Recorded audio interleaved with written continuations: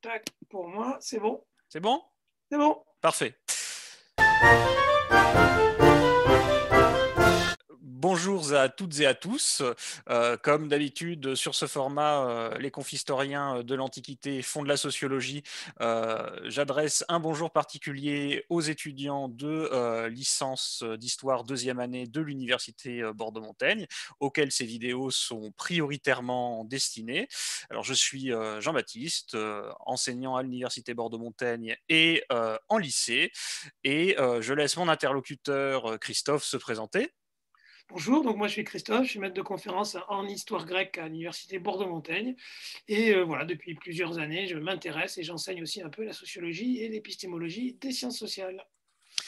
Alors, aujourd'hui, avec Christophe, nous nous intéressons à un autre extrait des règles de la méthode sociologique qui n'était pas là dans sa première, ni dans enfin, dans sa première édition, en tout cas, en 95, puisqu'il s'agit de la préface de la seconde édition qui a été publiée, Christophe, en 1901, donc vous voyez, je vous rappelle, donc la publication sous forme d'article en 1894-15, ensuite la publication donc, de la première édition en 1895, et quelques années plus tard, donc une seconde édition. Alors on pourrait dire deuxième puisqu'il va y en avoir d'autres, mais c'est la seconde parce que c'est celle la dernière du vivant de Durkheim. Et Durkheim va ajouter là une autre préface, qu'il y en avait déjà une dans la première édition.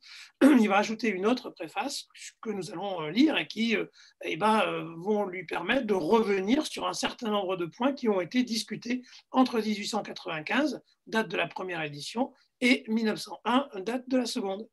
Alors, ta remarque sur la deuxième édition ou la seconde édition est intéressante parce que ça va nous permettre de rappeler un peu ce que sont les règles de la méthode sociologique et aborder la question des rééditions. Ça permet d'évoquer aussi la postérité de l'ouvrage puisque c'est un ouvrage qui a connu presque 30 rééditions quand même depuis les années 1890, qui est considérable, et c'est devenu un vrai classique de la sociologie, si l'on peut dire.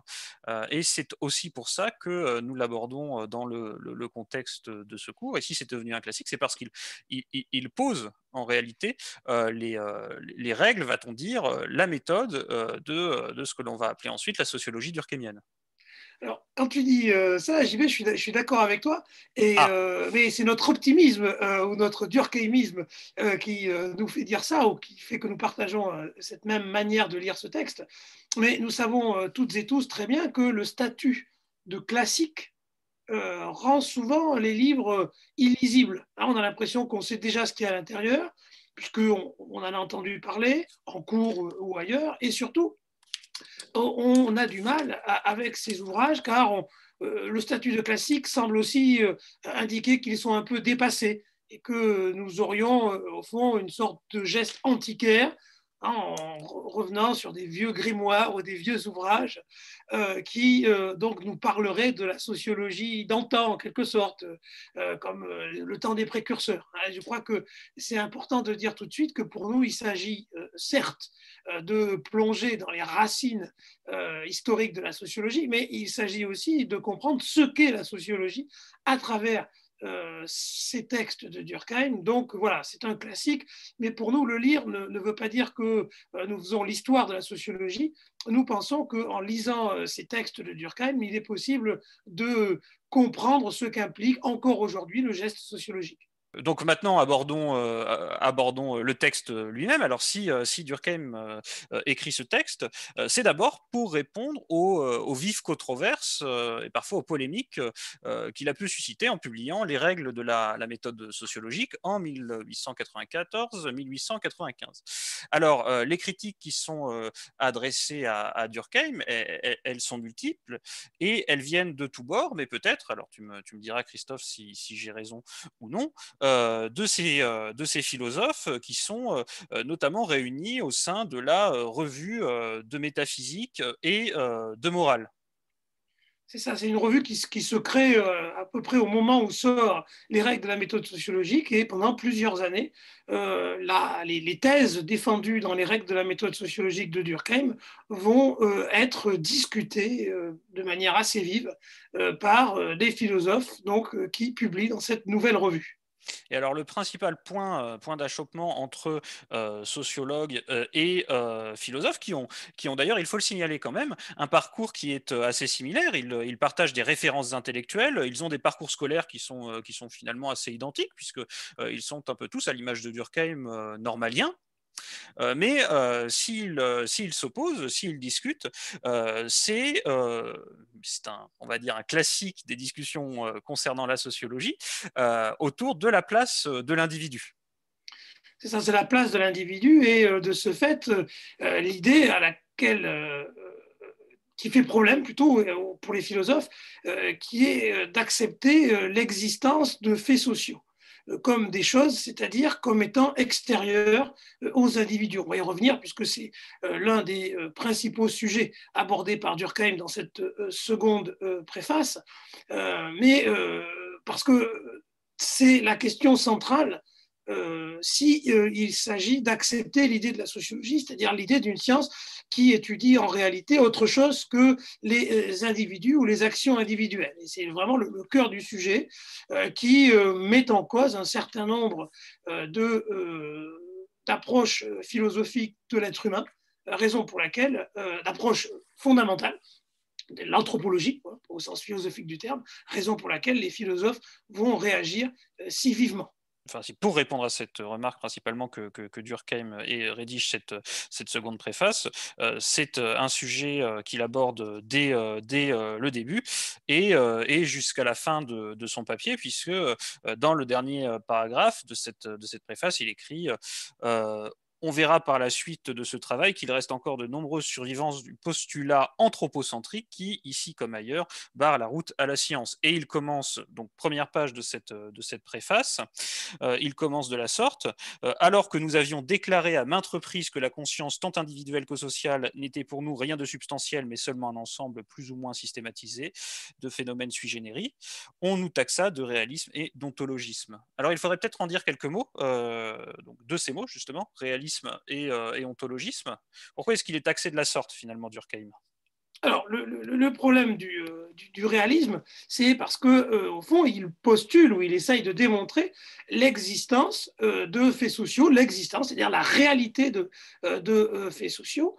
Et ce que les philosophes lui reprochent, c'est de donner un statut de réalité à des faits qui n'existent pas en tant que tels. Hein, d'où le fait qu'il utilise la locution latine sui generis, hein, c'est-à-dire des phénomènes qui existent en propre, et qui trouvent en eux-mêmes leur propre origine. Ça, c'est une idée à laquelle résistent les philosophes qui veulent maintenir l'idée que le niveau ultime de réalité est l'individu, ou plus exactement la conscience humaine, la conscience individuelle. Parce que Durkheim, effectivement, soutient que les faits sociaux sont des choses, et il explique d'ailleurs dans le chapitre 2 des règles de la méthode sociologique qu'ils doivent être étudiés comme tels, comme des choses. Alors on reviendra d'ailleurs un petit peu sur la notion de chose, je pense qu'il précise d'ailleurs dans la préface de cette seconde édition. Exactement. Alors on peut aussi dire, puisqu'il le dit dès le début, que s'il a été très critiqué en 1895, 16, 17, en 1901, quand sort Ça s'est cette calmé. seconde préface, voilà, ça s'est calmé, ou plus exactement, un certain nombre de thèses qui sont associées au geste sociologique commencent à être acceptées. Et donc, la vivacité des critiques est beaucoup moins forte à ce moment-là. Il en donne lui-même quelques raisons, et en particulier la fondation d'une revue dédiée à cette science nouvelle, revue qui s'appelle l'Année sociologique, dont le premier numéro est daté de l'année 1897. Et il est intéressant d'ailleurs que dans cette préface, il résume en quelques mots ce qu'il disait plus longuement dans le premier éditorial du numéro 1, lorsqu'il dit que désormais la sociologie commence à avoir un territoire qui n'est plus une annexe ou une partie de la philosophie générale, et il précise que cette science s'intéresse aux faits sans érudition. Et ici, disons-le pour nos amis historiens et historiennes qui nous écoutent, il pense à l'histoire, hein, puisque en 1897, dans ce premier éditorial, il écrivait ceci: ce caractère trop général de nos théories, leur insuffisante documentation, fait qu'on les considère comme négligeables. Et cependant, l'histoire ne peut être, et là il s'adresse aux historiens, l'histoire ne peut être une science que dans la mesure où elle explique, et l'on ne peut expliquer qu'en comparant. Or, dès qu'elle compare, l'histoire devient indistincte de la sociologie.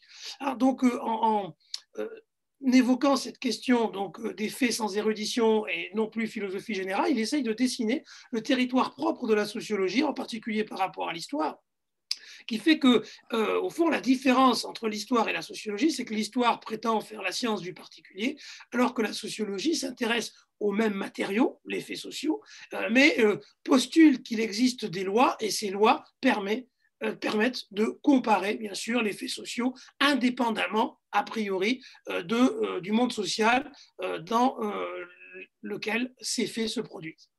Alors, ce que tu dis, c'est intéressant à bien des titres. D'abord parce que tu as rappelé quelque chose qu'il faut avoir à l'esprit en lisant Durkheim, que la naissance de la sociologie, c'est une naissance certes scientifique, délimiter un objet, créer une méthode, mais c'est aussi une naissance institutionnelle, c'est créer des revues. Et ça, c'est un enjeu pour Durkheim, puisqu'il évolue. Enfin, il n'a pas. Parce qu'on a retenu, on a retenu ce nom de Durkheim, mais à l'époque, il n'est pas en position, il n'est pas en position hégémonique. Il n'est pas seul à essayer d'institutionnaliser la sociologie. On pense par exemple à René Worms, fondateur de l'Institut international de sociologie, qui évolue à la même époque et fait un même effort d'institutionnalisation d'une sociologie différente, en l'occurrence, de celle de Durkheim. C'est la grande force de Durkheim d'avoir compris au fond qu'il ne suffisait pas d'avoir une idée pour que celle-ci s'impose. Au contraire, il fallait être capable de lui donner une force, et une force on pourrait dire presque sociale, et c'est ce que va réussir à faire Durkheim avec l'année sociologique, mais ce n'est pas simplement le fait de fonder une revue, bien sûr, c'est de fonder une équipe de jeunes chercheurs et chercheuses, je ne pense pas qu'il y ait beaucoup de chercheuses, donc de jeunes chercheurs autour de lui, qui sont souvent des normaliens, donc de très très bons élèves, des agrégés de philo ou de futurs agrégés de philo, qui vont travailler autour de lui et qui en particulier vont réaliser, on a aujourd'hui une toute petite idée de la masse de travail qui a été accomplie dans cette revue.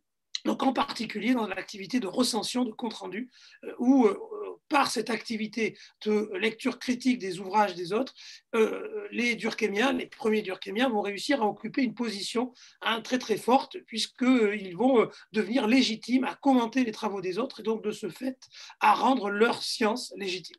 Bon. Ce que tu expliquais était aussi intéressant, hein, quand même. Enfin, un deuxième titre, c'est que ça nous rappelle que la sociologie a à lutter. C'est d'ailleurs l'un des objets de cette préface, donc de la seconde édition des règles de la méthode sociologique, a à lutter pour s'autonomiser en quelque sorte, notamment vis-à-vis de la philosophie générale. Alors ça, Durkheim va le faire assez vite. Enfin, on va, disons, rentrer assez vite dans le sujet à la page 10 de la préface, donc de cette seconde édition. Mais également vis-à-vis d'autres disciplines aux contours plus ou moins flous. On pense notamment à la psychologie sociale. Et si on parle de psychologie sociale, la sociologie a aussi à s'autonomiser vis-à-vis, enfin, en tout cas à se distinguer vis-à-vis de la psychologie. Et c'est aussi cet effort d'autonomisation que Durkheim ne va pas entreprendre, mais en tout cas poursuivre, parce qu'il l'a entrepris en publiant les règles, il l'a entrepris dans son cours à Bordeaux, mais il va poursuivre ce travail de distinction de la sociologie vis-à-vis du reste, pour le coup. Oui, c'est sans doute parce que la psychologie peut, à certains égards, reposer, même si lui-même va donner une définition dans ce texte de la psychologie scientifique. Hein, mais c'est vrai que la psychologie est sans doute, à certains égards, ce qui ramène le plus rapidement aux postulats anthropologiques d'une certaine philosophie, hein, le libre arbitre, enfin, on va y revenir. Donc effectivement, dans ce texte, on sent qu'il y a un sujet particulier autour de la psychologie, alors qu'on avait vu dans la leçon de 1887 que Durkheim discutait du territoire de la sociologie en s'intéressant à d'autres disciplines, le droit, l'économie, l'histoire, alors que là, manifestement, c'est vraiment l'impression d'une sorte de dialogue entre sociologie et psychologie, arbitrée en quelque sorte par la philosophie. Il est important de le rappeler parce qu'à aucun moment Durkheim ne nomme finalement l'adversaire, en tout cas ceux qui sont à l'origine de ces controverses. Tu m'arrêtes si je me trompe, mais à aucun moment il ne dit qu'il s'adresse aux philosophes. Il utilise la formule on tout le temps. Pourtant, c'est bien les philosophes avec lesquels il engage une discussion à travers donc, la préface de cette seconde édition. Enfin, ou auquel il répond en tout cas. Bien sûr, mais sans doute aussi n'a-t-il plus besoin de les citer, d'abord parce que ceux qui ont à le savoir le savent, et puis comme il le dit lui-même au début, voilà, cette première période très polémique s'est achevée et il est déjà dans une position beaucoup plus légitime. Donc il n'a plus besoin de rappeler à ce point-là que il est dans un dialogue critique avec les philosophes, même si celui-ci est transparent finalement pour ses lecteurs de l'époque. Bon. On appréciera également, même si c'est pas, comment dirais-je, central, enfin ça ne doit pas être central dans le commentaire, ce qu'il évoque en termes de modalités de la discussion scientifique de l'époque, qui nous rappelle quand même des choses extrêmement actuelles, lorsqu'il explique qu'on lui attribue des opinions qui ne sont pas les siennes, et qu'en réfutant ces opinions attribuées, on pense réfuter ses positions. Non, c'est très actuel, mais tu as raison de le souligner. Moi aussi, j'avais prévu d'en parler d'un mot, parce que je crois que c'est très important de rappeler à chacune et chacun de se méfier, d'adopter une position qui est construite sur l'opposition à l'option ou à la position de quelqu'un d'autre. Et je trouve que finalement, cet exemple le montre, il serait dangereux de déduire sa position sur Durkheim et la sociologie durkheimienne uniquement en lisant les adversaires de Durkheim et en leur donnant foi quant au résumé des thèses de Durkheim. Et bien entendu, il ne s'agit pas de supposer de la mauvaise foi, ça existe la mauvaise foi, mais ce n'est pas toujours un problème de mauvaise foi, c'est que ce sont des lectures. Et chaque lecture a ses caractéristiques. Il est donc bon, quand c'est fondamental, de revenir au texte, de les lire soi-même, de les relire quand on les connaît, quand ce sont des classiques, comme on l'a dit tout à l'heure, parce que je crois que ça nous montre d'abord la difficulté qu'il y a à parvenir à une lecture stabilisée. Ça, c'est un point, mais c'est général. Et deux, ça nous montre la nécessité qu'il y a toujours à faire l'effort de recomprendre et de ne pas se satisfaire de ce que nous croyons comprendre, qui est bien souvent, et là, c'est au fond le geste sociologique, qui souvent a été placé en nous sans qu'on sache exactement comment et quand, et qui nous donne l'impression de savoir ce que nous ne savons pas. En somme, se départir des prénotions. Et d'ailleurs, on va développer ça parce que c'est précisément aussi ce qu'évoque Durkheim dans cette préface de la seconde édition. Bien. Alors, donc, on va essayer de passer la page 9 quand même, hein, et puis d'aller jusqu'à la page 10. Bon. Passer donc ce premier paragraphe, cette page 9, on en arrive à la page 10, et en fait, ce rapport aux réactions qu'Émile Durkheim subit après la publication des règles de la méthode sociologique lui permet, on le disait, de rappeler que la sociologie, c'est une science en construction et c'est une science en voie d'autonomisation, notamment vis-à-vis de la sociologie, de la philosophie, pardon, générale. Bon. Alors, il explique que les controverses, effectivement, ont faibli. Il va même en reconnaître le caractère, alors il dit salutaire, lui. Il explique que sa pensée est émouvante et qu'elle évoluera alors que la sociologie étudiera la réalité sociale, manière de rappeler que cette sociologie est justement une science en construction. Et ce qui est intéressant, c'est que sur cette page, il va aussi définir sa sociologie, et on l'imagine la définir par rapport à celle des autres, si je puis dire, puisque lui, il explique que sa sociologie est objective, spécifique et méthodique. C'est-à-dire que ces discussions, elles sont utiles parce que, bon, elles lui permettent de préciser des éléments qui ont pu être, disons, mal compris parce que mal écrits ou mal expliqués dans la première version. Et puis aussi, à certains moments, on sent que, même s'il ne le dit pas toujours, Durkheim fait plus que préciser. Disons, il limite certaines ambiguïtés ou sans doute aussi, il a lui-même avancé un certain texte que nous verrons dans d'autres vidéos. Vraiment, on témoigne d'évolution dans la pensée de Durkheim. Donc, quand il dit que c'est une science en construction, il a raison. Et tout en défendant les règles de la méthode sociologique, il indique, je crois, des éléments qui, tels quels, pouvaient effectivement poser problème, y compris dans le cadre d'une lecture bienveillante concernant le geste sociologique durkheimien. Voilà. Et donc la suite, puisque là nous en sommes à en quelque sorte l'introduction de cette préface, la suite de cette préface est justement consacrée à apporter des précisions sur 3 éléments des règles de la méthode sociologique de Durkheim. D'abord, il précise donc la règle fondamentale qu'il formule dès le 2e chapitre, donc des règles de la méthode sociologique, cette fameuse formule qui nous est restée, hein, traiter les faits sociaux comme des choses. Ensuite, il précise l'affirmation selon laquelle les phénomènes sociaux sont extérieurs aux individus. Et puis, il précise la définition des faits sociaux qu'il donne dans le 1er chapitre des règles de la méthode sociologique. Oui, en revenant en particulier, c'est la 3e partie de cette préface. Sur la notion de contrainte. Voilà, de contrainte et de coercition, hein, qu'il avait mis au centre de sa définition. Et là, je crois, on va le voir tout à l'heure, qu'il apporte plus que des précisions en réalité sur ce point, parce que sur ce point, il a évolué entre 1895 et 1901. Mais on peut commencer donc par... Allons dans l'ordre, oui. Voilà, dans l'ordre, exactement. Donc première partie, si l'on peut dire, de cette préface, préciser ce que Durkheim entend, enfin, Durkheim précise ce qu'il entend plutôt par traiter les faits sociaux comme des choses.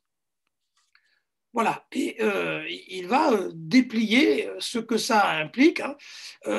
D'abord en rappelant que ça veut dire, donc on en a un petit peu parlé tout à l'heure avec le réalisme, que les faits sociaux ont une réalité et que cette réalité est à minima la même que celle des réalités de ce qu'il appelle le monde extérieur, mais il précise aussi, et on l'avait déjà vu, je crois, dans la leçon de 1887, que si ce sont des choses d'une autre manière. Donc, il utilise le mot chose, non pas pour dire que c'est exactement la même chose, pardon de la formule, mais qu'il faut les traiter comme des choses. Et souvent, on a oublié le comme des choses, enfin les critiques en tout cas ont oublié le comme en disant, Durkheim dit que les faits sociaux sont des choses. Et c'est dans le comme des choses que se niche la particularité du raisonnement durkheimien.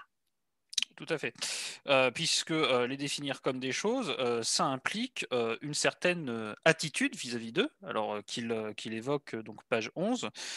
C'est observer vis-à-vis d'eux donc une certaine attitude mentale, et en l'occurrence, cette attitude mentale, c'est se détacher de ces fameuses prénotions que nous évoquions. Alors lui, je vais le citer, il explique que c'est en aborder l'étude en prenant pour principe qu'on ignore absolument ce qu'ils sont et que leurs propriétés caractéristiques, comme les causes inconnues dont elles dépendent, ne peuvent être découvertes par l'introspection, même la plus attentive. Et là, on voit encore une remarque adressée aux philosophes. La réalité des faits sociaux ne se trouve pas dans les individus, mais elle leur est extérieure précisément à cause ou en raison de la nature de ces faits sociaux qui sont des choses, justement.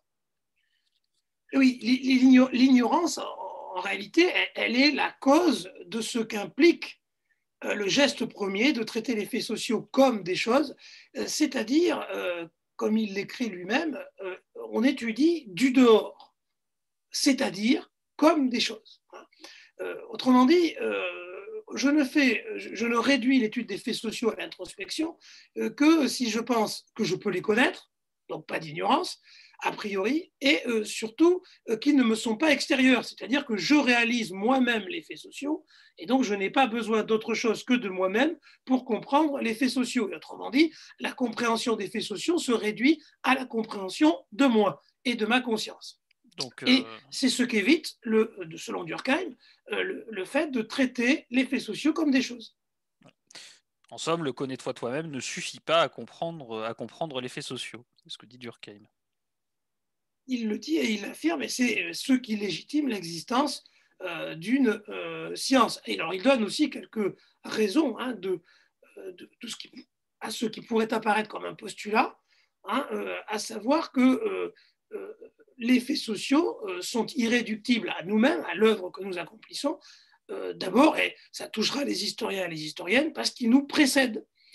Ils sont là avant nous.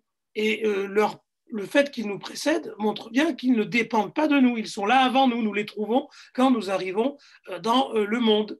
Et de même, ajoute-t-il, la conscience des autres nous échappe, si tant est qu'on arrive à maîtriser sa propre conscience.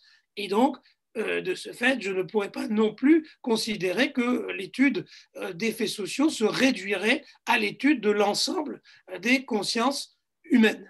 Puis de toute manière, Durkheim, il règle assez vite le problème, ça c'est page 12, puisqu'il explique que de toute façon, l'individu se connaissant extrêmement mal lui-même, il aurait bien du mal à expliquer des phénomènes sociaux complexes qui échappent justement aux seules consciences individuelles. Ici, il y a deux niveaux, effectivement. C'est-à-dire qu'il dit que c'est déjà difficile de se connaître soi-même, de savoir pourquoi on fait les choses. Mais ce qu'il dit aussi, c'est que même si c'était possible, voilà. Même si je l'affirmais, je ne pourrais pas affirmer que je connais toutes les consciences des autres. Donc, même si cette question de la conscience par une introspection parfaite était résolue, la question des faits sociaux ne le serait pas pour autant. Et à la fin donc de cette première partie, il jette aussi des pistes pour les sociologues et pour les sociologues à venir, puisqu'il cite de nombreuses zones d'ombre du monde social. En l'occurrence, il évoque les principales institutions sociales qui demeurent inconnues, comme l'État, la famille, le droit de propriété ou le contrat, la peine et la responsabilité. Là, on est page 13. C'est intéressant qu'il cite la famille parce que c'est sans doute là où le plus de prénotions se nichent. Hein, on a tous l'impression que la famille, ça au moins on connaît parce qu'on en a une, on sait comment ça marche, on sait bien qu'il faut se reproduire, faire des enfants, que ça relèverait d'une forme de réflexe anthropologique, d'instinct de survie collectif. Donc effectivement, on n'aura pas le temps de le faire, mais là, la famille est l'un des lieux qui accueille le plus facilement les prénotions sur le monde social, raison pour laquelle la sociologie de la famille est sans doute, avec la sociologie de l'éducation, les travaux sociologiques les plus douloureux, hein, parce que ce sont ceux qui nous révèlent à quel point ce que nous croyons savoir sur le monde social est erroné. C'est intéressant parce que tu décris comment dirais-je, un phénomène que l'on peut peut-être aussi chercher dans le choix de l'objet suicide. C'est-à-dire que c'est un phénomène qui nous apparaît comme purement individuel et Durkheim nous rappelle que non, c'est un fait social, justement. Sans doute ça, puisqu'il l'a écrit, il l'a montré dans son ouvrage de 1897.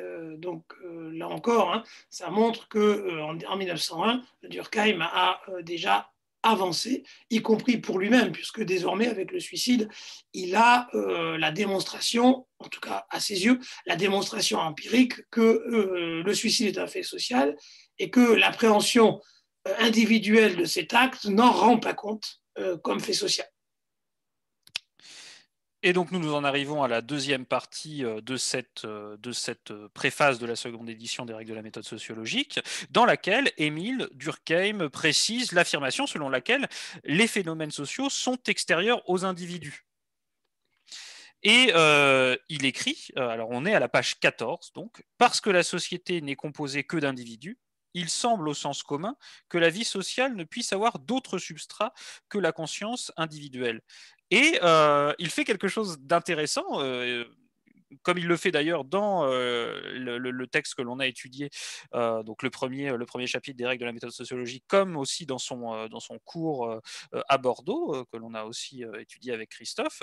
Il cherche une objection à cette prénotion. En l'occurrence, la société n'est composée que d'individus et donc la vie en commun ne peut avoir d'autre substrat que la conscience individuelle. Il cherche une objection à cette prénotion dans la biologie et en l'occurrence dans le fonctionnement cellulaire et il procède à une espèce de comparaison, enfin il fonctionne par analogie avec la sociologie.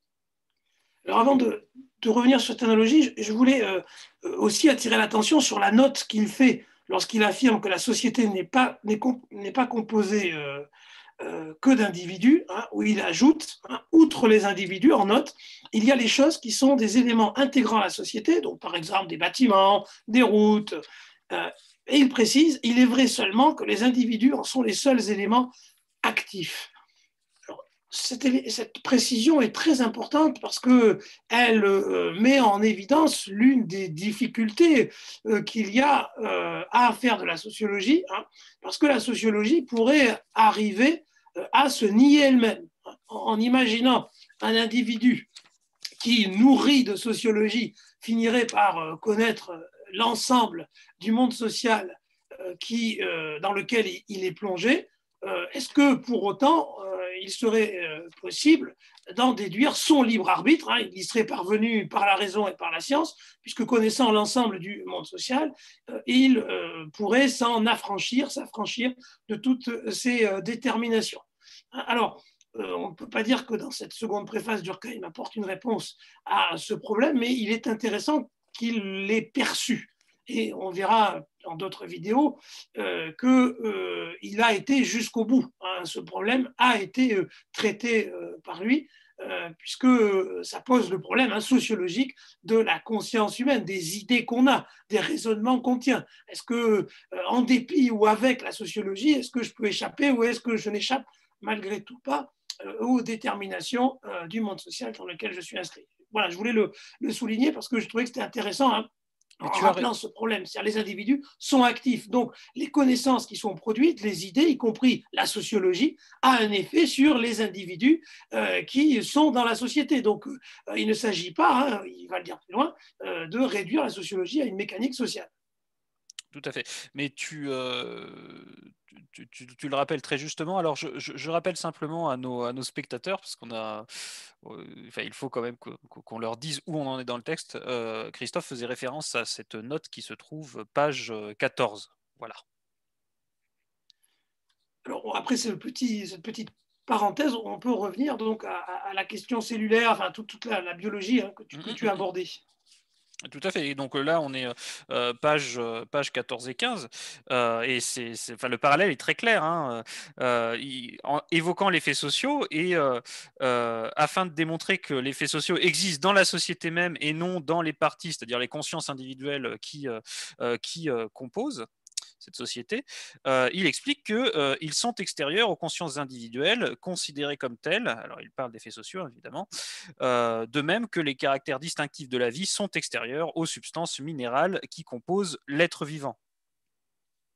Ici, il reprend le raisonnement d'Auguste Comte, qu'il avait déjà repris dans la leçon d'ouverture de 1887, qui distingue des niveaux de réalité, chacun étant irréductible au niveau précédent. Autrement dit, il dit que personne n'a l'idée de réduire le fonctionnement d'une cellule vivante aux atomes qui composent cette cellule. Et c'est exactement le geste qu'on tient qui affirme l'existence de la sociologie parce que la société est irréductible aux individus qui la composent. Donc ici, il le rappelle et il le développe, mais c'est ce qu'il emprunte à Auguste Comte et qu'il reprend là de manière tout à fait nette et directe. Alors, nous sommes donc à la page 16 maintenant. Et Durkheim s'intéresse à une remarque qui lui a été faite par les philosophes, celle du rapport de la sociologie à la psychologie. Et Durkheim pose l'hypothèse d'une psychologie qui serait, alors je reprends ces mots, page 16, une sorte de terrain commun à la psychologie individuelle et à la sociologie. C'est ce qu'il désigne ensuite par cette formule psychologie sociale, qui à son époque d'ailleurs a un sens relativement vague, puisqu'il nous explique que ça désigne toutes sortes de généralités variées et imprécises sans objet défini. Mais il en parle quand même. Et là, il revient alors à la fois sur les règles de la méthode sociologique première édition, mais aussi sur un article qu'il publie en 1898 et que l'on étudiera plus tard, Représentations individuelles et représentations collectives. Et en raison de l'extériorité des phénomènes sociaux qu'il postule, ou plus exactement qu'il essaie de démontrer, il doit en déduire qu'il y a une distinction ontologique entre les représentations individuelles et les représentations collectives. Distinction ontologique, c'est-à-dire qu'elles ne sont pas de même nature. Parce que sinon, on pourrait avoir l'impression, on a déjà vu cette idée, mais revenons-y, que les représentations sont collectives, c'est donc un agrégat de représentations individuelles. Or, Durkheim parle de représentation collective. On avait vu la dernière fois qu'il abandonnait progressivement le terme de conscience collective. Il préfère représentation collective pour accentuer la différence ontologique avec les représentations individuelles. Raison pour laquelle il peut affirmer, alors même que la psychologie individuelle n'aurait plus de secret pour nous, elle ne saurait nous donner la solution d'aucun de ces problèmes, puisqu'il se rapporte à des ordres de faits qu'elle ignore. Donc, il s'agit pour lui d'éviter que le mot commun, représentation individuelle, représentation collective, induise l'idée qu'il y aurait des fortes ressemblances entre les deux représentations. Voilà, en tout cas des analogies entre le fonctionnement des représentations individuelles et des représentations collectives. Et donc, bon, je pense te répéter, mais c'est pas grave, ça fait du bien d'insister là-dessus. Voilà, Durkheim, il considère que la pensée sociale est différente de la pensée individuelle. Elles sont de nature différente, et donc leur loi, leur fonctionnement doit forcément, de facto, être dissemblable. Oui, il ébauche ici, il ne le dit pas comme ça, mais parce que cette manière de le dire viendra plus tard, mais il ébauche ici un mode de pensée relationnel. C'est-à-dire qu'on pourrait penser qu'il y a une sorte de dialogue entre une représentation collective qui me précède, on l'a déjà vu, et ma représentation individuelle. Et puis, je déciderai de ce que je vais en faire, ou etc. Or, le fait que les représentations collectives s'élaborent ensemble, dans un autre niveau de réalité, fait que ce dialogue entre représentation individuelle et représentation collective n'est pas possible. Et ça, c'est le propre même d'un mode de pensée relationnel. Voilà. De la même façon que les faits sociaux sont liés les uns aux autres, les représentations collectives, qui sont des faits sociaux, sont liées les unes aux autres, et donc je ne peux pas en prendre une, la triturer, en faire ce que je veux, etc. C'est ce qui est sous-entendu ici, à la fin de la deuxième partie de cette seconde préface. Tout à fait, il en arrive à cette conclusion. Donc on est à la page 17 et il en revient donc à cette question de la distinction de la sociologie, et en tout cas des singularités de la sociologie. Il écrit, c'est-à-dire qu'en aucun cas la sociologie ne saurait emprunter purement et simplement à la psychologie telle ou telle de ses propositions pour l'appliquer telle qu'elle aux faits sociaux. Il existe donc une science, la sociologie. Alors, vous voyez, c'est toujours la même démonstration qu'il mène, ou plus exactement, sa démonstration débouche sur la même conclusion qu'il existe une science qui a un objet légitime. Voilà. Et cet objet, bien, il l'aborde, enfin en tout cas, il en précise les contours, puisqu'il l'avait quand même déjà défini donc, dans le texte que l'on a étudié, donc le chapitre 1 des règles de la méthode sociologie, mais il en précise les contours dans cette troisième partie de la préface de la seconde édition. Bon. Alors, il commence par en rappeler la définition. Alors, je vais lire ce qu'il écrit, parce que ça nous fera aussi du bien, et puis ça fera un rappel vis-à-vis du texte précédent. Donc, on est à la page 18 maintenant. Nous les faisons consister en des manières de faire, alors il parle des faits sociaux, bien évidemment, en des manières de faire ou de penser reconnaissables à cette particularité qu'elles sont susceptibles d'exercer sur les consciences individuelles une influence coercitive.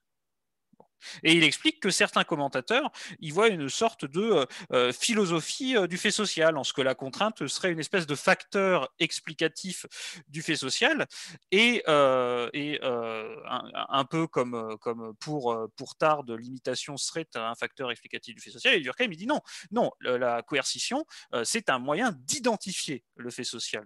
C'est un outil, c'est une de ses propriétés, c'est un outil pour le mettre en lumière. Donc.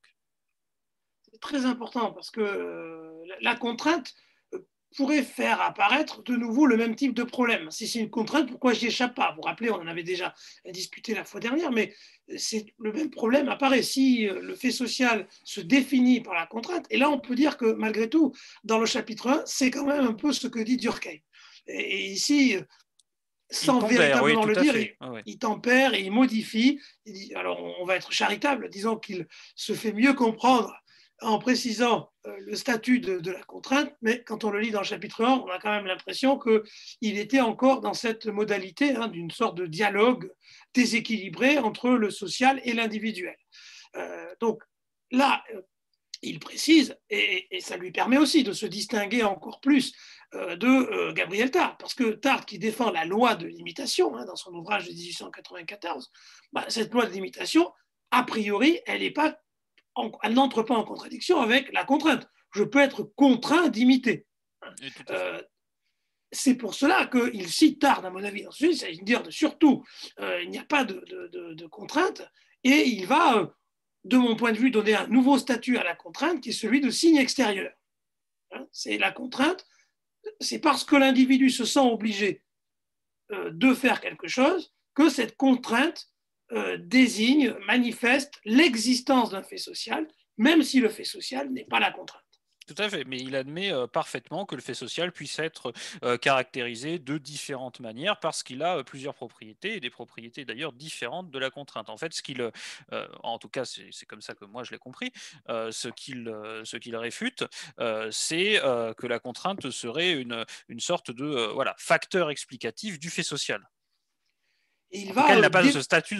Pardon, la contrainte n'a pas ce statut dans sa pensée. Excuse-moi. Il va développer ce point dans une note que j'ai trouvée très très forte, dans laquelle il va préciser que les représentations sociales agissent sur nous, qu'il n'est pas possible de les ignorer, et il ajoute même qu'il est certes possible de les modifier, mais, précise-t-il, le champ des variations permises est limité. Autrement dit, ici, s'ébauche une autre idée extrêmement importante, c'est que l'idée de contrainte pourrait nous amener à réduire le social à une sorte de mécanique sociale, comme s'il était possible d'élaborer une physique sociale avec des champs de force, etc.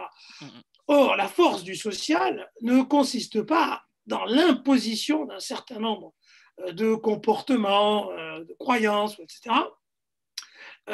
Mais en réalité, la force du social, c'est justement dans cette idée de champ des variations permises limitées. C'est-à-dire qu'il y a des variations possibles, donc l'individu dispose de marge de manœuvre, mais ce qui fait le social, ce sont précisément les marges de manœuvre. Et plus je m'éloigne de la norme, de ce qu'il est normal, légitime d'accomplir, plus il est difficile de le faire. C'était l'exemple qu'on avait pris la dernière fois avec la nudité dans l'espace public. Christophe faisait ici référence à la note qui se trouve page 20, c'est en l'occurrence la note numéro 2 sur le fichier que nous avons mis à votre disposition.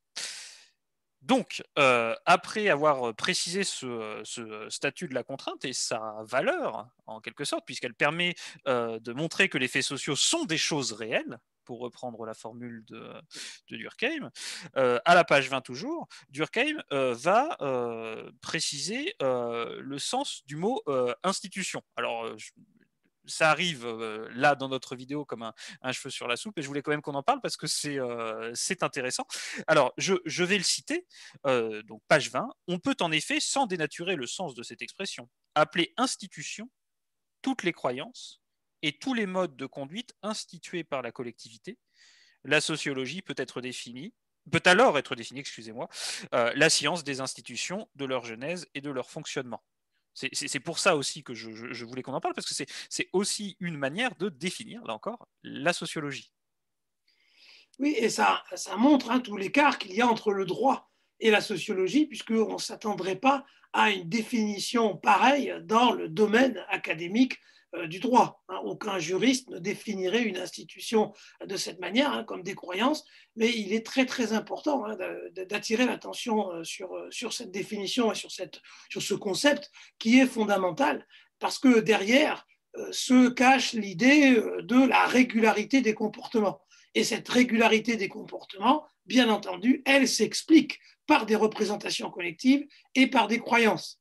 Et là encore, ça permet de donner une approche sociologique de la contrainte, et qui montre bien que la contrainte n'est qu'un signe extérieur. Puisque si c'est une croyance, ce n'est plus nécessairement une contrainte. C'est-à-dire, je ne la ressens pas à mon échelle, moi, comme une contrainte. Je ne me sens pas obligé de le faire, alors que je, entre guillemets, ne voudrais pas le faire, puisque c'est une croyance. Donc, à certains moments, la question ne se pose même pas de la contrainte. Donc, la contrainte, vous le voyez, peut être vue soit comme quelque chose qu'un individu ressent. Je ressens que je ne peux pas me promener tout nu. Voilà, pourtant, je pourrais en avoir envie, mais là, je ressens que ce n'est pas possible.